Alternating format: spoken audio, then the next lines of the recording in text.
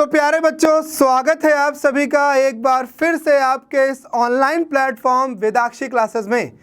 मैं आपका chemistry teacher आकाश sir आज आपको पढ़ाने वाला हूं विलियन पार्ट से लेक्चर नंबर 3। लेक्चर नंबर 1 और 2 में बच्चों हम लोगों ने विलियन की सामान्य जानकारी प्राप्त कर ली है। लेक्चर नंबर 2 में हमने आपको पढ़ाया सांद्रता पद क्या होते हैं, कौन कौन से सांद्रता पद आपके कोर्स में हैं, और उनमें से एक महत्वपूर्ण सांद्रता पद प्रतिशत सांद्रता हम लोगों ने बच्चों समझ भी लिया है। प्रतिशत सांद्रता के ऊपर हम लोगों ने कई एक न्यूमेरिकल्स भी किए और हम लोगों ने वहाँ पर घनत्व का प्रयोग भी किया और जाना कैसे एक प्रतिशत सांद्रता को दूसरी प्रतिशत सांद्रता में परिवर्तित किया जा सकता है। बच्चों, आज के इस लेक्चर में हम लोग जानेंगे सांद्रता के दूसरी इकाई के बारे में जिसका नाम है मोलरता। तो बच्चों चलिए शुरुआत करते हैं मोलरता की और जान लेते हैं कि मोलरता की परिभाषा क्या है।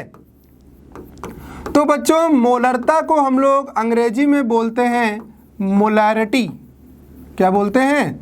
मोलैरिटी बोलते हैं। और इसकी परिभाषा होती है किसी 1 लीटर विलयन में, किसी 1 लीटर विलयन में उपस्थित विलेय के मोलों की संख्या, विलेय के मोलों की संख्या विलयन की मोलरता कहलाती है। विलयन की मोलरता कहलाती है।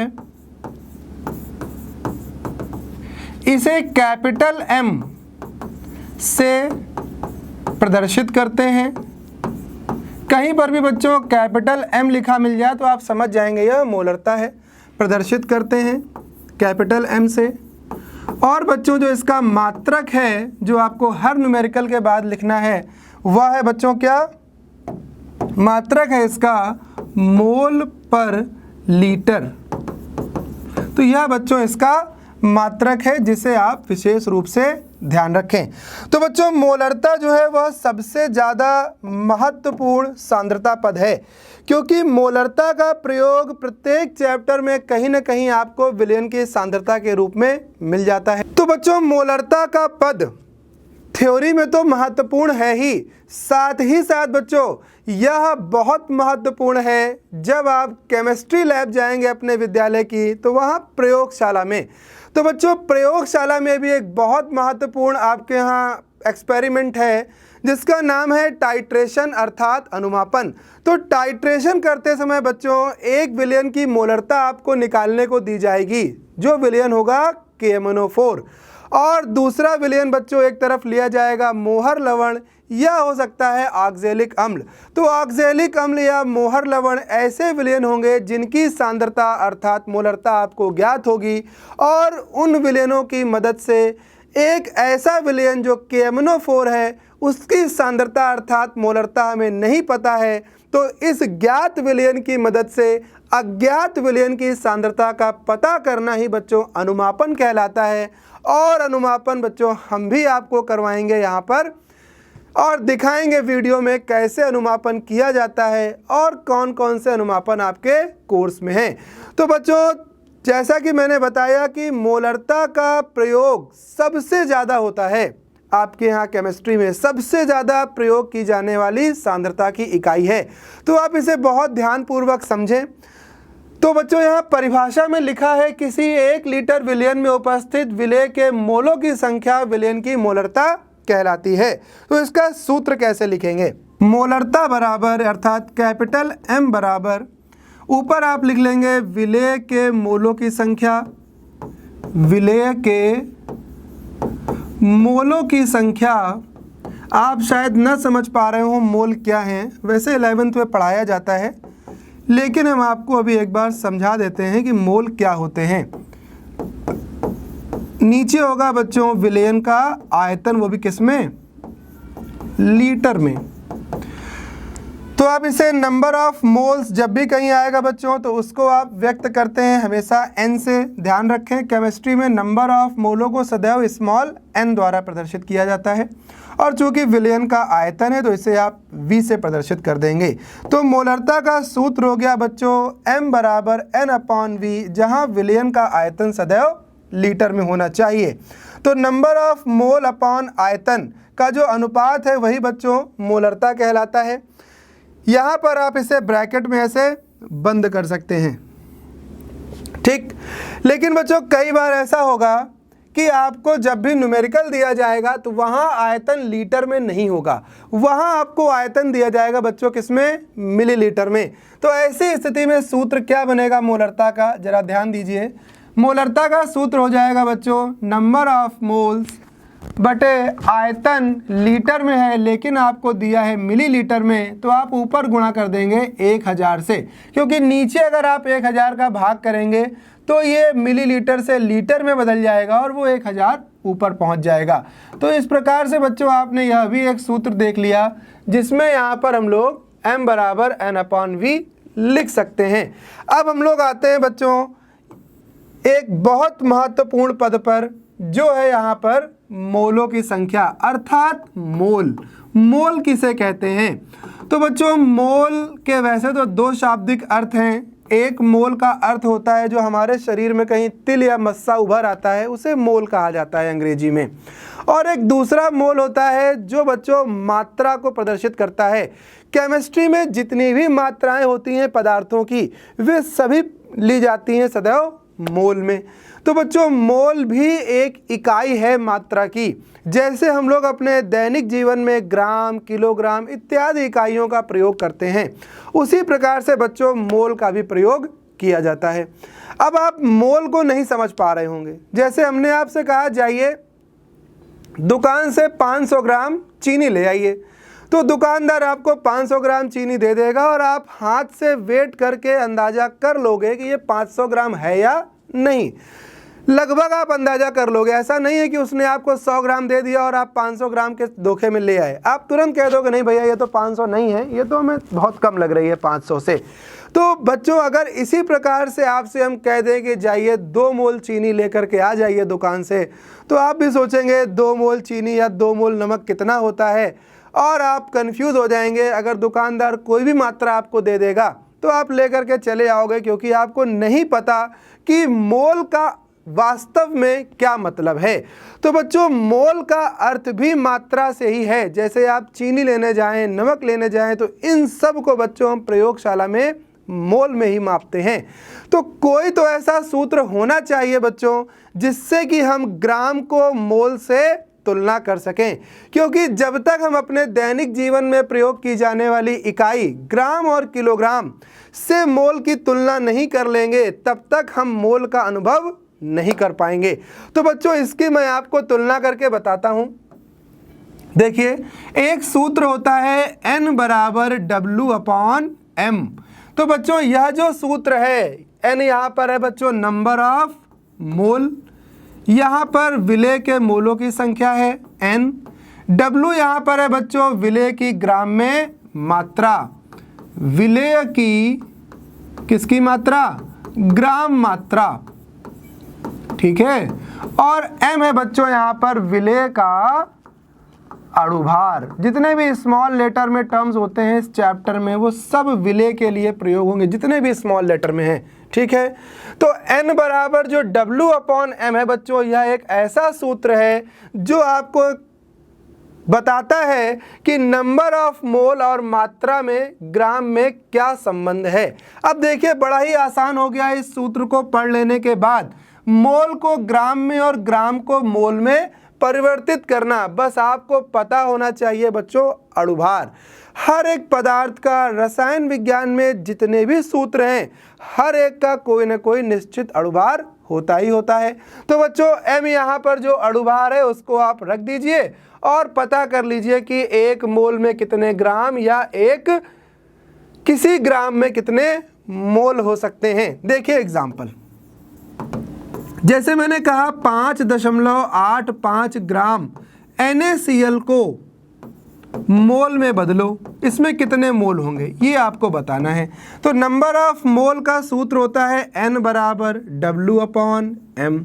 W का मान यहाँ पर आपको बच्चों दिया है 5.85, मोल आपको निकालने हैं n, और W 5.85, m बच्चों अणुभार है। अब आप बताइए NaCl का अणुभार क्या आप नहीं निकाल सकते? तो जो लोग बच्चों NaCl का अणुभार नहीं निकाल सकते तो वो देख लें, सोडियम का बच्चों परमाणु क्रमांक होता है 11 और परमाणु भार होता है 23। तो बच्चों यहाँ पर आप लिख दें 23, और साथ ही Cl है तो Cl का बच्चों परमाणु क्रमांक 17 होता है और परमाणु भार होता है 35.5। तो 23 में जब आप 35.5 जोड़ देंगे तो बच्चों 58.5 आ जाएगा, और यही है बच्चों यहाँ पर किसका अणुभार? NaCl का अणुभार। तो यहाँ पर आप रख सकते हैं 58.5, और जब आप इसे सॉल्व करेंगे तो दशमलव से दशमलव हटा देंगे, नीचे एक जीरो बढ़ा देंगे, 585 से 585 कट जाएगा, 1/10 आ जाएगा, यानी कि नंबर ऑफ मोल आ गए बच्चों 0.1। तो देखा आपने बच्चों 5.85 ग्राम नमक में 0.1 मोल निकल आए। तो इसी प्रकार से आप किसी भी दी गई मात्रा को मोल में बदल सकते हो, किसी भी दी गई मात्रा को। जैसे एक और एग्जांपल ले लेते हैं, इसको हम समझेंगे इनर बोर्ड में। तो जैसे मान लीजिए क्वेश्चन है, मैंने आपसे कहा कि 3.42 ग्राम 3.42 ग्राम शुगर, शुगर क्या होता है बच्चों? जल्दी से बताइए, शुगर का फॉर्मूला क्या होता है? शुगर अर्थात चीनी, और इसका सूत्र होता है C12H22O11। क्या सूत्र होता है बच्चों? C12H22O11, इसे सुक्रोज भी कहते हैं। तो 3.42 ग्राम शुगर है, और इसे बच्चों हमें परिवर्तित करना है किसमें? मोल में। तो कैसे करोगे? जल्दी से इसे मोल में कन्वर्ट कर लो। n बराबर होता है W/m, W का मान है 3.42। जल्दी से शुगर का अणुभार निकाल लो। तो कार्बन का परमाणु भार 12 परमाणु हैं इसके, हाइड्रोजन का परमाणु भार 1, 22 यहाँ पर परमाणु हैं, और ऑक्सीजन का परमाणु भार बच्चों 16, और यहाँ 11 परमाणु हैं। जब आप इन सबको जोड़ोगे बच्चों तो जोड़ने पर ये निकल आएगा 342। तो जब आप इसे गुणा करके जोड़ोगे तो 342 आएगा, और वो आप यहाँ रख दोगे, दशमलव हटा दोगे, 2 जीरो लगा दोगे, 342 से 342 कैंसिल, 1/100, और 1/100 अर्थात 0.01 मोल। तो आपने देख लिया कि बच्चों 3.42 ग्राम अगर चीनी है तो उसमें 0.01 मोल उपस्थित होंगे। तो बड़ा ही आसान होता है किसी भी ग्राम मात्रा को मोल में परिवर्तित कर पाना। हम लोग बड़े आराम से कर लेते हैं। अगर आपको नहीं समझ में आया है तो हम एक एग्जाम्पल और ले लेते हैं। जल्दी से देखिए, एग्जाम्पल है, अब की बार आपको मोल में दिया है। तो आपसे कहा गया है कि 2 मोल यूरिया का सूत्र अगर आपको नहीं मालूम है तो लिख लीजिए, NH2CO NH2 होता है। तो 2 मोल यूरिया में कितने ग्राम होंगे, कितने ग्राम होंगे, ये आपको मालूम करना है। तो बच्चों 2 मोल यूरिया कहा जा रहा है आपसे, सूत्र है NH2CO NH2। तो इसको कैसे सॉल्व करेंगे? सूत्र वही है n बराबर W/m। 2 मोल यहाँ पर आपको n का मान दे रखा है, ग्राम मात्रा आपको पता लगानी है, और यूरिया का अणुभार तो बच्चा निकाल सकता है। कैसे? सूत्र है बच्चों इसका NH2CO NH2, किसका? यूरिया का। नाइट्रोजन का 14 परमाणु भार, हाइड्रोजन का 1 दूनी 2, कार्बन का 12, ऑक्सीजन का 16, नाइट्रोजन का फिर 14, और हाइड्रोजन का 1 दूनी 2। सब आप बच्चों गुणा करके जोड़ लोगे तो ये 60 आ जाएगा। अणुभार की जगह 60 रख देना, तो W का मान आ जाएगा बच्चों 60 दूनी 120 ग्राम। यानी कि यहाँ आपने मालूम कर लिया कि अगर आपके पास 2 मोल यूरिया है तो वह ग्राम में है बच्चों 120। तो आपने कितना बढ़िया समझ लिया कि एक ग्राम और एक मात्रा है मोल। ग्राम प्रयोग होता है हमारे दैनिक जीवन में, और मोल प्रयोग होता है केमिस्ट्री में। ये दोनों आपस में किस प्रकार से संबंधित हैं बच्चों, यहाँ पर आपने इसको देख लिया। चलिए वापस लौट चलते हैं और जानते हैं कि यहाँ पर अगर n लिखा है तो इसकी जगह पर हम अगर W/m रख दें तो नया सूत्र क्या आ जाएगा।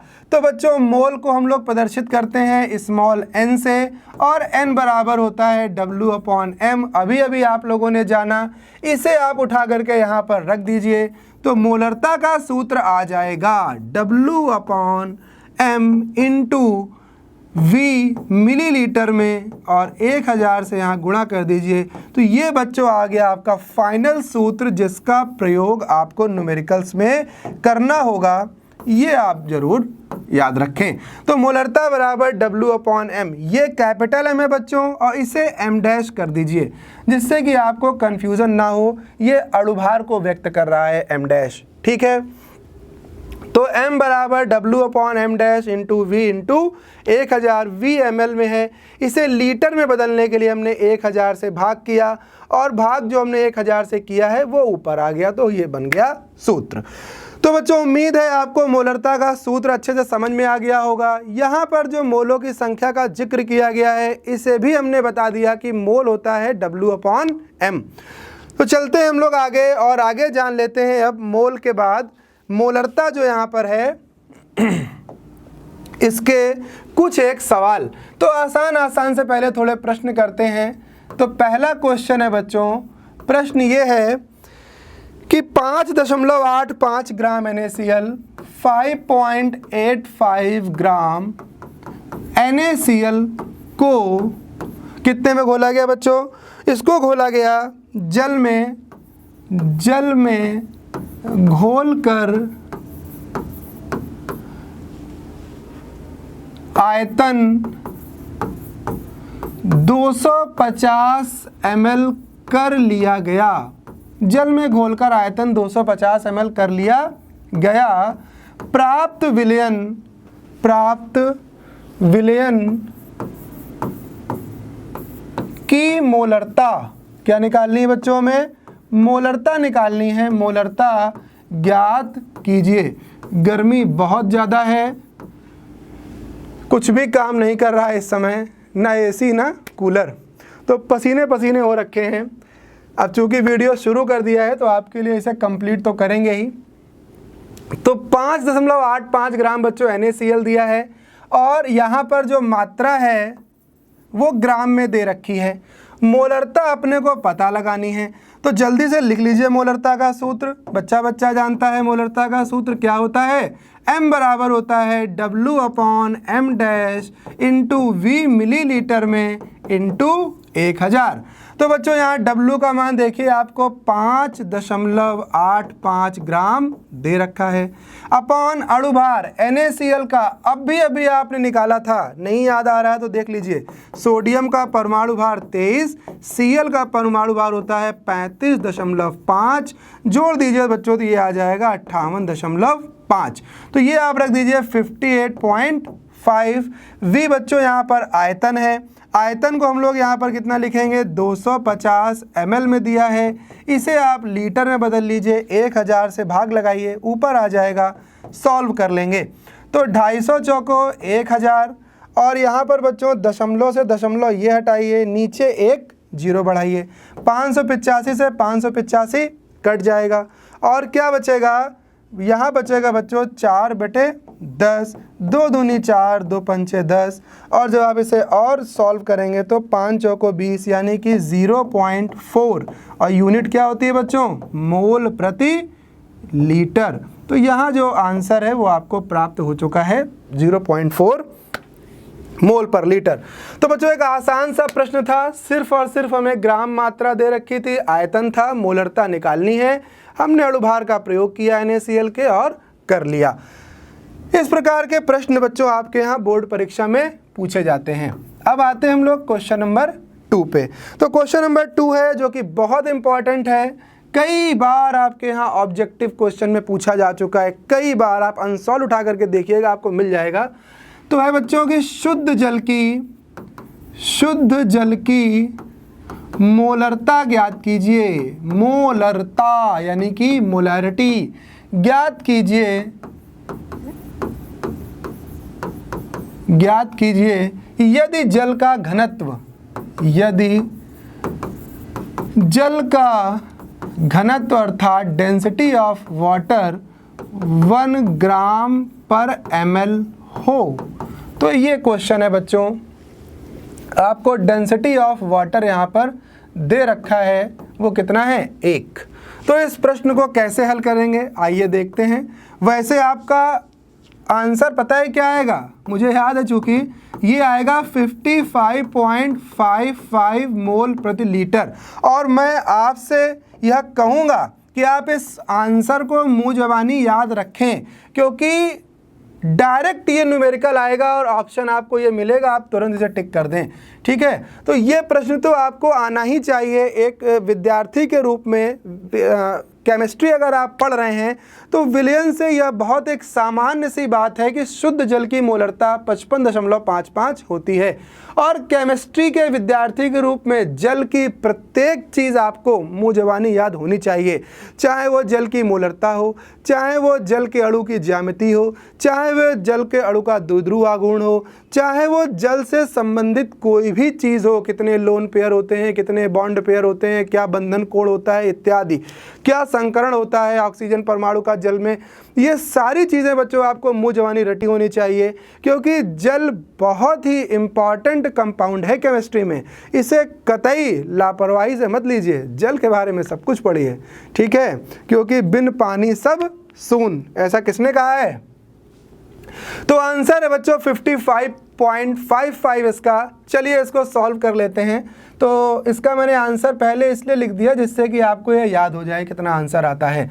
तो मोलरता का बच्चों सूत्र क्या होता है, मोलरता का सूत्र अभी अभी आपने जाना कि नंबर ऑफ मोल बटे आयतन क्या होता है लीटर में। फिर आप नंबर ऑफ मोल को चाहें तो किस में लिख सकते हैं, W/m में। तो W/m डैश, m डैश यहाँ अणुभार है, V आयतन है मिलीलीटर में इंटू 1000। अब यहाँ पर बच्चों आपको घनत्व का पद दिया गया है, अर्थात डेंसिटी दी गई है। आप डेंसिटी को कैसे सॉल्व करेंगे, तो आप जानते हैं बच्चों W बराबर होता है V इंटू डी। पढ़ रखा है आपने पिछले वाले लेक्चर में, अगर नहीं देखा है आपने तो देख लीजिए। यह सूत्र है बच्चों द्रव्यमान को आयतन में और आयतन को द्रव्यमान में बदलने के लिए, यदि हमें क्या पता हो, घनत्व पता हो। तो अगर बच्चों हम यहाँ पर देखें तो ना तो हमें द्रव्यमान दिया गया है कि जल की कितनी मात्रा है, ना ही हमें उसका आयतन दिया गया है, हमें दिया गया है घनत्व। तो बच्चों W बराबर हो जाएगा V, घनत्व का मान है 1। तो यहाँ से निकल आया W जो है वो किसके बराबर है, V के बराबर है। तो आप यहाँ पर W की जगह बच्चों क्या रख दें, V रख दें, V/m डैश। और जल के लिए m डैश कौन नहीं जानता, जल के लिए अणुभार अगर आप नहीं जानते हो तो देख लो यहाँ पर H2O हाइड्रोजन का 1 दूनी 2, ऑक्सीजन का परमाणु भार 16, जोड़ दोगे तो ये आ जाएगा क्या, अणुभार किसका, जल का MH2O 18। तो 18 हो गया अणुभार। आयतन बच्चों कितना होता है, तो आयतन देखिए आपने यहाँ पर लिखा है V और W आपस में बराबर हैं। तो V अगर V है तो W भी V है इंटू 1000। तो V से V कैंसल आउट हो जाएगा, m बराबर आ जाएगा बच्चों 1000/18। और जब आप इसे सॉल्व कर लोगे तो ये निकल आएगा 55.55। तो ये आपका आंसर आ गया 55.55 मोल प्रति लीटर। तो देखा आपने बच्चों कि जो शुद्ध जल होता है उसकी मोलरता कितनी होती है, 55.55 होती है, यदि उसका घनत्व 1 ग्राम पर ml या 1 ग्राम पर सेंटीमीटर क्यूब हो। 1 ml में 1 सेंटीमीटर क्यूब होते हैं। अगर यहाँ क्वेश्चन में 1 ग्राम पर ml की जगह 1 ग्राम प्रति सेंटीमीटर क्यूब लिख के आ जाए तो घबरा मत जाना, 1 ग्राम पर ml लिखा हो या 1 ग्राम पर सेंटीमीटर क्यूब लिखा हो, बात एक ही होती है।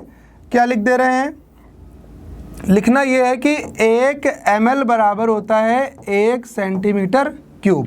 तो अगर कहीं पर 1 ग्राम पर सेंटीमीटर क्यूब लिखा हो तब भी वही बात है, तब भी आप ऐसे ही सॉल्व करेंगे, आंसर यही आएगा। ठीक है बच्चों, उम्मीद है आपने इसे समझ लिया होगा। अब आगे चलते हैं, जानते हैं एक और बढ़िया सा एग्जाम्पल, और एग्जाम्पल है एथिल अल्कोहल, क्वेश्चन नंबर 3। तो क्वेश्चन नंबर 3 क्या है बच्चों, क्वेश्चन है कि एथिल अल्कोहल क्या है, एथिल अल्कोहल जिसका घनत्व डेंसिटी आपको दे रखी है बच्चों 0.789 ग्राम पर मिलीलीटर के 10 मिलीलीटर को जल में, इसको बेटा किस में मिलाया गया, जल की आवश्यक मात्रा में, जल की आवश्यक मात्रा में मिलाकर जो आयतन है बच्चों वो कर लिया गया 100 ml। जल में मिलाकर कुल आयतन 100 मिलीलीटर कर लिया गया, ठीक है। और जब बना लिया गया तो जो प्राप्त विलयन है बच्चों उसका जो घनत्व है वह आपको दिया है 0.982 ग्राम पर ml। और कहा गया आपसे कि सांद्रता ज्ञात कीजिए निम्न पदों में। जो प्राप्त विलयन है उसकी सांद्रता बताइए किन किन पदों में। तो बच्चों आपको सांद्रता निकालनी है, देखिए किन किन पदों में आपको निकालना है, W/W प्रतिशत में यानी भार प्रतिशत, आपको निकालना है V/V% में यानी आयतन परसेंट, आपको निकालना है W/V% यानी द्रव्यमान आयतन प्रतिशत, और आपको निकालना है बच्चों मोलरता अर्थात आपको पता लगाना है कैपिटल M का मान। तो ये सारी सांद्रताएं हैं बच्चों जो आपको क्या करनी है, ज्ञात करनी है। तो चलिए जल्दी से हम एक बार आपको इस क्वेश्चन को करके दिखा देते हैं कैसे करना है। तो सबसे पहले बच्चों हम लोग यहाँ पर इसको जब सॉल्व करें तो क्या लिख लें, हम लोग यहाँ लिखेंगे सबसे पहले हमें मान लीजिए निकालना है V/V आयतन प्रतिशत। और आयतन प्रतिशत का सूत्र हम लोगों ने प्रीवियस लेक्चर में पढ़ा है। क्या होता है बच्चों, विलेय का आयतन किसमें, ml में, बटे विलयन का आयतन बटे विलयन, अपॉन तो हमेशा विलयन में होता है प्रतिशत सांद्रता में, ये भी ml में, इंटू 100 क्योंकि हम लोग प्रतिशत सांद्रता निकाल रहे हैं। तो विलय का आयतन बच्चों आपको देखिए क्वेश्चन में 10 ml दिया है, विलयन का कुल आयतन आपको 100 ml दिया है और 100 से गुणा कर देंगे तो 100 से 100 ml से ml कैंसिल हो जाएगा और आपका आंसर आ जाएगा 10%। यानी आपका जो आयतन प्रतिशत है वो आ गया बच्चों कितना, 10। देखिए कहा गया है ना 10 ml एथिल अल्कोहल के 10 ml यानी कि आपको विलय का आयतन दिया है, 100 ml यानी कि विलयन का आयतन दिया है। तो हम लोगों ने VV% यानी कि आयतन प्रतिशत निकाल लिया। अब बच्चों यहाँ पर हम लोग आते हैं किस पर, W/W या W/V कुछ भी निकाल लें। तो चलिए हम लोग निकालते हैं यहाँ से, इसका सेकंड पार्ट हल करते हैं और जानते हैं W/W प्रतिशत यानी कि भार प्रतिशत कैसे निकाला जाएगा। तो बच्चों आप सभी बताइए जल्दी से, भार प्रतिशत का सूत्र अर्थात W/W% का सूत्र क्या होता है। तो ऊपर सदा होता है विलय की मात्रा, यानी कि आपको लिखना है विलय की मात्रा किसमें, ग्राम में, क्योंकि यहाँ W है और दोनों जगह W है तो नीचे भी लिखेंगे बच्चों क्या, विलयन का भार या विलयन की मात्रा, वह भी किसमें, ग्राम में, इंटू 100। तो विलय की मात्रा बच्चों यहाँ पर कितनी है, अभी अभी आपने देखा 10 ml है। अब यहाँ पर आपके सामने समस्या है, समस्या ये है कि आपको दे रखा है विलय की मात्रा चाहिए और आयतन दे रखा है। देखिए ना न्यूमेरिकल में आपको यहाँ पर 10 मिलीलीटर दे रखा है एथिल अल्कोहल और आपको चाहिए क्या बच्चों, आपको चाहिए मात्रा यानी कि ग्राम में। तो बताइए कोई ऐसा सूत्र है क्या आपकी नज़र में जो ग्राम को ml में या ml को ग्राम में बदल देता हो। जी हाँ, एक सूत्र है और वो सूत्र है बच्चों W/V/D। तो यहाँ पर आपको W चाहिए बच्चों किसके लिए, एथिल अल्कोहल के लिए। तो आपको W निकालना है एथिल अल्कोहल के लिए। आयतन बच्चों आपको एथिल अल्कोहल का 10 दिया है और देखिए प्रश्न में घनत्व भी आपको एथिल अल्कोहल का दे रखा है कितना, 0.789 एथिल अल्कोहल का घनत्व। तो अगर आपको घनत्व पता है तो आप रख दीजिए 0.789, इसको आप गुणा कर लीजिए तो ये आ जाएगा 7.89 ग्राम। देखिए बेटा W में परिवर्तित हो गया, ये बहुत आसान है, W बराबर V इंटू डी।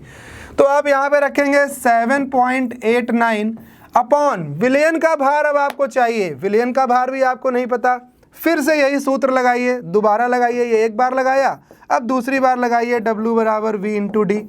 अब W आपको यहाँ चाहिए विलयन का भार, V आपको विलयन का आयतन 100 दिया है और घनत्व भी आपको 0.982 दिया हुआ है। एक बार देख लीजिए, ये देखिए विलयन का घनत्व 0.982 ग्राम पर ml दे रखा है।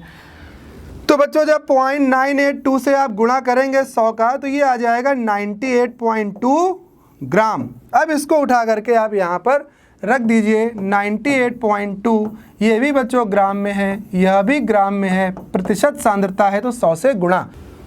तो बच्चों जब आप इसे सॉल्व करोगे तो सॉल्व कर लेने पर यहाँ से आपका निकल करके आ जाएगा 0 से 0 आप इसे काट दें तो ये आ जाएगा 8.03% W/W। तो देखा बच्चों आपने किस तरह से हमने भार प्रतिशत निकाल लिया, और इसके पीछे बच्चों हम लोग आयतन प्रतिशत तो निकाल ही चुके हैं। अब बच्चों हमें ज्ञात करना है दो और सांद्रता पदों को। तो हम लोग निकालेंगे बच्चों यहाँ से W/V%। W/V% क्या होता है, तो इसे बोलते हैं भार आयतन प्रतिशत। तो W बच्चों यहाँ पर है विलेय का भार, वह भी किसमें, ग्राम में, चूंकि ऊपर W है। नीचे बच्चों V का पद है अर्थात आयतन का पद है, तो हम लोग यहाँ लिखेंगे विलयन का आयतन। कोई भी प्रतिशत सांद्रता हो, सब में बच्चों नीचे विलयन का ही आयतन या भार लिया जाता है। तो बच्चों आयतन हम ले रहे हैं तो आयतन का पद सदैव किस में लिया जाता है, मिलीलीटर में अर्थात ml में लिया जाता है इंटू 100। तो विलय का भार बच्चों आपको यहाँ पर देखिए प्रश्न में आप लोगों को ml में दिया है, लेकिन आपने यहाँ पर अभी निकाल लिया है 10 ml को आपने ग्राम में परिवर्तित कर लिया। तो बच्चों यहाँ पर आप भार चाहिए तो 10 मत लिखिएगा क्योंकि वो आयतन है, आपको ग्राम में चाहिए, तो 7.89 रख दिया। विलयन का आयतन बच्चों आपको 100 दिया ही हुआ है, गुणे आपने 100 कर दिया, 100 से 100 कैंसिल हो गया, तो ये आपका आंसर आ गया 7.89% W/V। अब बच्चों हम लोग चलते हैं, नेक्स्ट क्या है बच्चों, मोलरता निकालनी है हमें, मोलरता के तरफ। और मोलरता निकालने के लिए बच्चों आपके पास सूत्र है, अभी अभी आप लोगों ने पढ़ा है। मोलरता का सूत्र क्या होता है, W/m' इंटू V, आयतन है विलयन का, इंटू 1000। तो W का मान 7.89 रख लीजिए। m' बच्चों चूंकि एथिल अल्कोहल है, और एथिल अल्कोहल सभी लोग जानते होंगे क्या होता है, पियो रम भुलाओ गम, C2H5OH। जी हाँ, मदिरा का सूत्र है। इसका जब आप अणुभार निकालेंगे तो कार्बन का होगा 12 × 2, हाइड्रोजन का 1 × 5, ऑक्सीजन का 16 और हाइड्रोजन का भी 1, और टोटल निकालेंगे जोड़ के तो बच्चों ये आ जाएगा 46 अर्थात 46। तो अणुभार रख दिया, आयतन बच्चों आपको 100 दिया है प्रश्न में, इंटू 1000 कर दिया। और जब आप इस पूरे को सॉल्व करेंगे तो सॉल्व कर लेने पर ये 1.71 क्या आ जाएगा, मोल प्रति लीटर।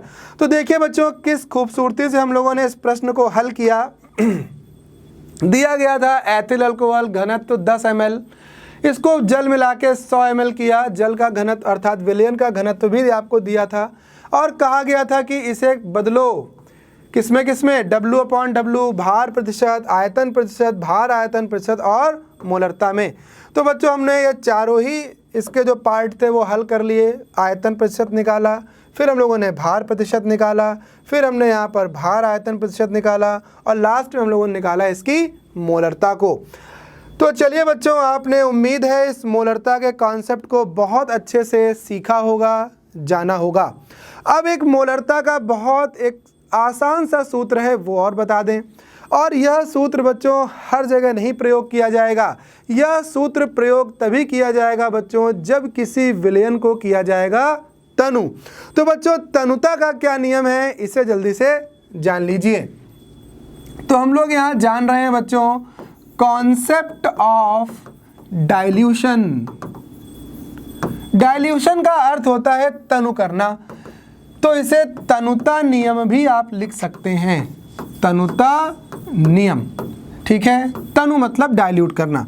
कैसे डाइल्यूशन करते हैं जरा देखिए, इसको हम आपको चित्र के सहायता से बताते हैं। बहुत जरा सी बात है, छोटा सा टॉपिक है कि बच्चों ये कोई बीकर है और इस बीकर में मान लेते हैं कि आपने पानी भर रखा है और उस पानी में आपने HCl मिला दिया। जब आपने HCl मिला दिया तो बच्चों पानी था मान लीजिए 100 ml, और इसमें आपने HCl को जब मिला दिया अर्थात विलय को घोल दिया, तो विलय के घुल जाने के बाद अब इस विलयन की जो मोलरता है वो बच्चों हो गई 0.3 मोल प्रति लीटर। अब आपने क्या किया, आपको लगा कि 100 ml पानी से मज़ा नहीं आया, थोड़ा सा पानी इसमें हमें और मिला देना चाहिए। आपने मग उठाया और मग से आपने इसमें थोड़ा सा पानी बाहर से और मिला दिया। अब जब आप बच्चों इसमें 50 ml पानी मान लीजिए आपने अगर और ऐड कर दिया, तो अब जो प्राप्त विलयन है बच्चों वह कितना हो गया, तो बच्चों 100 पहले था, अब आपने इसमें 50 और मिला दिया, तो टोटल अब जो आयतन है वह बच्चों हो जाएगा कितना, V हो जाएगा 150 ml। तो अब यहाँ पर जो मोलरता है क्या वो 0.3 ही बनी रहेगी? जी नहीं, अब बच्चों यहाँ मोलरता बदल के कुछ और हो जाएगी, और इसी मोलरता का हमें पता लगाना है कि जब हमने इसमें 50 ml वाटर ऐड कर दिया तो अब जो प्राप्त विलयन है इसकी मोलरता क्या होगी। तो बच्चों इस तरह के प्रश्नों को करने के लिए जिसमें विलयन को तनु किया गया हो जल मिलाकर, तो ऐसे प्रश्नों को करने के लिए सूत्र होता है M1V1 बराबर M2V2। अब इस सूत्र में देखिए बच्चों यहाँ पर जो M1 है वह है 0.3 और V1 का मान है बच्चों यहाँ पर 100। M2 का मान बच्चों आपको पता लगाना है और V2 आपका 150 है। अब आप जब यहाँ से इसे कैलकुलेट करेंगे तो कैलकुलेट कर लेने पर बच्चों यह आ जाना चाहिए M2 बराबर 0.3 इंटू 100/150। दशमलव हटाएंगे, जीरो बढ़ा देंगे, 2 जीरो से 2 जीरो कैंसिल हो जाएंगे, 3/15 और ये हो जाएगा 3×5 = 1/5 अर्थात 5 दूनी 10, 0.2 मोल प्रति लीटर। तो देखा बच्चों आपने हमने कैसे बड़े आसानी से इस सूत्र की सहायता से M1V1 बराबर M2V2 सूत्र की सहायता से क्या निकाल लिया, अज्ञात विलयन की मोलरता का पता लगा लिया। तो बच्चों आपने एक चीज़ यहाँ पर और जानी, एक कॉन्सेप्ट और सीखा। क्या सीखा कि जब भी हम जल मिलाते हैं तो आयतन में वृद्धि होती है, और जब आयतन में वृद्धि होती है तो मोलरता अर्थात सांद्रता का मान घट जाता है। पहले 0.3 मोल प्रति लीटर घुले हुए थे HCl के, और अब बच्चों ये मोल घट के 0.2 ही रह गए। तो यहाँ पर आपने एक बहुत खूबसूरत कॉन्सेप्ट जाना कि जब भी बच्चों आयतन बढ़ता है तो क्या घटता है, मोलरता अर्थात किसी भी सांद्रता का मान क्या होता है, घट जाता है, क्योंकि आयतन बढ़ रहा है। तो आयतन के बढ़ने से मोलरता का मान घट जाता है। देखिए 0.3 से 0.2 हो गया। अब बच्चों आपको यहाँ पर यह भी लग रहा होगा कि सर ने तो जबरदस्ती का सूत्र बना दिया M1V1 बराबर M2V2। ये सूत्र आया कहाँ से, इस सूत्र की उत्पत्ति कहाँ से हुई? तो चलिए जल्दी से हम आपको बता देते हैं कि M1V1 बराबर M2V2 सूत्र कहाँ से आया। तो बच्चों इसके लिए चलना पड़ेगा आपको मोलरता के बिल्कुल शुरुआत में, जहाँ पर हमने आपको पढ़ाई है परिभाषा। और इस परिभाषा को जब बच्चों मैंने आपको पढ़ाया है तो देखिए यहाँ पर M बराबर है N/V अर्थात मोलरता बराबर है मोल बटे आयतन। अगर आपको मोल चाहिए यहाँ पर तो मोल के लिए बच्चों क्या करना पड़ेगा, N का मान अगर आपको चाहिए तो बच्चों N बराबर हो जाएगा M/V अर्थात मोलरता गुणे आयतन। बस हमने यहाँ पर इसी कॉन्सेप्ट का प्रयोग किया है। नंबर ऑफ मोल बराबर मोलरता आयतन का गुणनफल होता है, और इसी चीज़ को हमने यहाँ पर बच्चों अप्लाई कर दिया है। देखिए कैसे और क्यों अप्लाई किया है। यहाँ बच्चों HCl उपस्थित है, तो यहाँ क्या उपस्थित है, यहाँ पर भी तो HCl ही उपस्थित है। ऐसा तो नहीं है कि जब आपने 50 ml जल मिलाया है तो जल के साथ कोई दूसरा विलेय पदार्थ भी घोला हो, जल ही तो मिलाया है आपने। और जब जल ही मिलाया है तो विलेय के मोल अगर मान लीजिए पहले इसके अंदर विलेय के मोल कुछ थे जो भी थे, तो अब जल के मिल जाने के बाद मोलों की संख्या में कोई परिवर्तन होगा क्या? नहीं होगा। नहीं समझ आया? देखिए, मान लीजिए आपने कुछ 1 ग्लास या 2 ग्लास पानी लिया और उसमें 10 किशमिश डाल दिए। ठीक है, किशमिश मान लीजिए विलेय है, 1 ग्लास पानी में आपने डाल दिया। अब आपको लगा कि 1 ग्लास पानी कम है, पानी की मात्रा और ज़्यादा होनी चाहिए। आपने उसमें आधा ग्लास पानी और बढ़ा दिया, तो अब बताइए उसमें किशमिशों की संख्या कितनी है? तो वह तो बच्चों 10 ही रहेगी, चाहे आप पानी 2 नहीं 4 ग्लास बढ़ा दो। तो उसी प्रकार से यहाँ पर भी पहले 100 ml था, उसमें आपने HCl घोला, तो HCl के घोलने पर बच्चों जो HCl के मोल थे वो HCl के मोल उतने ही बने रहे जब आपने 50 ml पानी और बढ़ा दिया। अर्थात 100 ml में जो किशमिश थे अर्थात HCl थे, उसके मोलों की संख्या 50 ml मिल जाने के बाद भी जो मोलों की संख्या है उसमें कोई परिवर्तन नहीं होगा। और जब परिवर्तन नहीं होगा तो हम कहेंगे अगर यहाँ मोलों की संख्या N1 है और यहाँ मोलों की संख्या अगर N2 है, तो बताइए बच्चों क्या N1 बराबर N2 होंगे कि नहीं होंगे? बिल्कुल होंगे। और अभी अभी आपने पीछे जाना है कि N1 बराबर क्या होता है? M1V1 नंबर ऑफ मोल बराबर मोलरता गुणे आयतन होता है। तो N की जगह हमने M1V1 रख दिया, यहाँ भी M2V2 रख दिया और इनके दोनों को बराबर करके M2 का मान निकाल लिया। तो देखा बच्चों आपने कितना आसान प्रश्न था। यहाँ पर बस हमें केवल N1 बराबर N2 को सीखना था। तो एक क्वेश्चन आपको देते हैं करने के लिए, आप लोग ट्राई करिएगा। प्रश्न ये है कि 0.1 m यूरिया के 100 ml में 150 ml जल मिलाया गया। क्या मिलाया गया? 150 ml जल मिलाया गया। प्राप्त विलयन की मोलरता ज्ञात कीजिए। मोलरता क्या करिए? ज्ञात कीजिए। तो बच्चों कमेंट सेक्शन में आप लोग मुझे इसका आंसर दे सकते हैं। क्या सूत्र लगाना है? आपको M1 पता है, V1 पता है, V2 पता है, M2 निकालना है। वही है N1 बराबर N2 का आपको कॉन्सेप्ट ध्यान रखना है और यहीं से आपको सूत्र मिलता है M1V1 बराबर M2V2। तो इस सूत्र का प्रयोग करके बच्चों आप लोग मोलरता यानी M2 का मान निकाल लेंगे। तो उम्मीद है बच्चों आज के इस वीडियो लेक्चर को आपने बहुत एंजॉय किया होगा। मोलरता से संबंधित हमने कुछ छोटे मोटे प्रश्न और बड़े प्रश्न भी किए। आने वाले वीडियो लेक्चर में अब हम लोग मोलरता के बाद जानेंगे बच्चों अन्य सांद्रता पदों को। तो आज के वीडियो लेक्चर में इतना ही। वैसे एक मोलरता का और भी टाइप हो सकता है, वो हम आपको अगले वीडियो में बताएंगे।